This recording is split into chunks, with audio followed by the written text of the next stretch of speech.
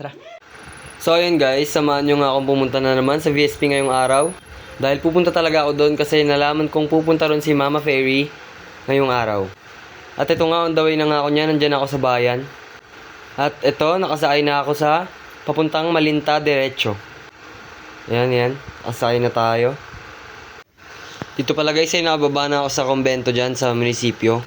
At alam nyo ba guys, nanangutang pa ako ng pamasahe kay Ate Faye para lang makapunta rito ngayong araw dahil nga gusto kong makita si Mama Fairy. Picture po. Dito tayo dito. Sama ka sa video ko. Picture tayo. 1, 2. Ay, video pala yan. Video pala yan.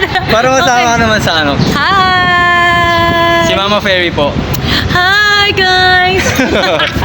Thank you po. Thank you, din. Dito pala sa part na to guys ay binibigyan ko ng tips and advices si Mama Fairy kasi gusto niya matutunan yung cartwheel sa ramps. So ayan, bug, siyang bilis niya matuto guys, sobrang bilis lang, promise. Nakakatuwa kasi isang karangalan na maturuan natin ng isang Mother Fairy or makatulong tayo kahit papano, kaya tuwang-tuwa ako dyan. Ayan, inapiran niya pa ako. Perfect! Ito pala yung naging picture namin kanina nung nagpa-picture ako. Grabe, sobrang ganda, wala akong masabi. Ito naman guys, second attempt ko to nung tatalon ako dyan. Ayan, pangit pa, wala pa akong form at di ko na landing ng maayos. Ito pa. Dito naman ay third try. Ayun, may form na pero pangit pa rin. At yung landing hindi pa pulido. Pero nung first try ko ay okay naman siya. Ito naman yung fourth try. May form na pero yung landing ay hindi pa. Guys, nandito si Fairy.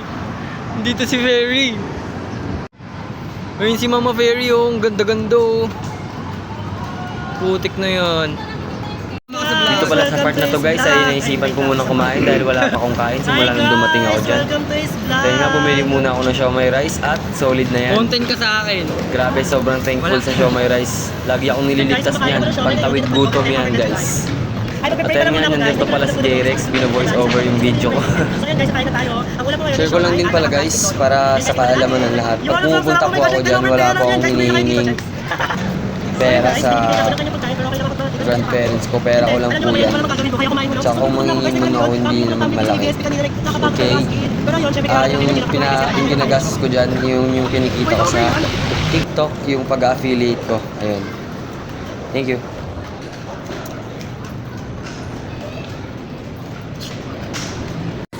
Tapos dito naman sa part na to, ito na yung kinahaponan. Kita nyo naman, sobrang dami namin dyan. Sobrang dami namin dyan, parang nasakop na namin yung buong VSP or yung buong skate park.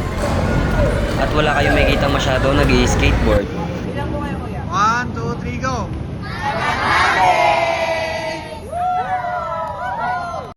At syempre, hindi rin naman pwedeng hindi tayo magpapapicture dito sa magandang to. At sumama pa nga si Dan Ryu. Dito naman sa part na to, gumana na naman yung kagaguhan ko at ayan, whoosh, bagsak, sumobra. Ginaya ko pala si Jamalyn Flower dyan at ito nga pala yung isa pang try. 1, 2, 3, ayun, pwede na yun, kaso medyo kulang pa yung balance ko. So dito naman sa part na to ay sinubukan ko ulit tumalon dyan sa sikat na talunan na yan kasi baka makalimutan ng katawan ko kung ano yung pakiramdam, kaya tumalon muna ako. Ito naman sa part na to, nagpa-video ako kay Ate Daisy Matias at ayan, thankful naman ako, binidyohan niya ako dyan, sobrang thank you. Pag 360 nga pala ako dyan at ayan, nagpadulas na ako. At 1, 2, 3, 1, 2, 3. Bam! Ang baba na ng 360 ko. Ito nga, pauwi na nga pala kami dyan kasi anong oras na rin, 10 PM na rin yan. At pagod na kami lahat. At ito nga, nasa bagong silang na ako, nagmamadali na ako dyan kasi tinatawag na talaga ako ng kalikasan. Sobrang sakit ng tiyan ko. At ito na nga, pauwi na ako dyan. Tumatakbo na. Bye bye!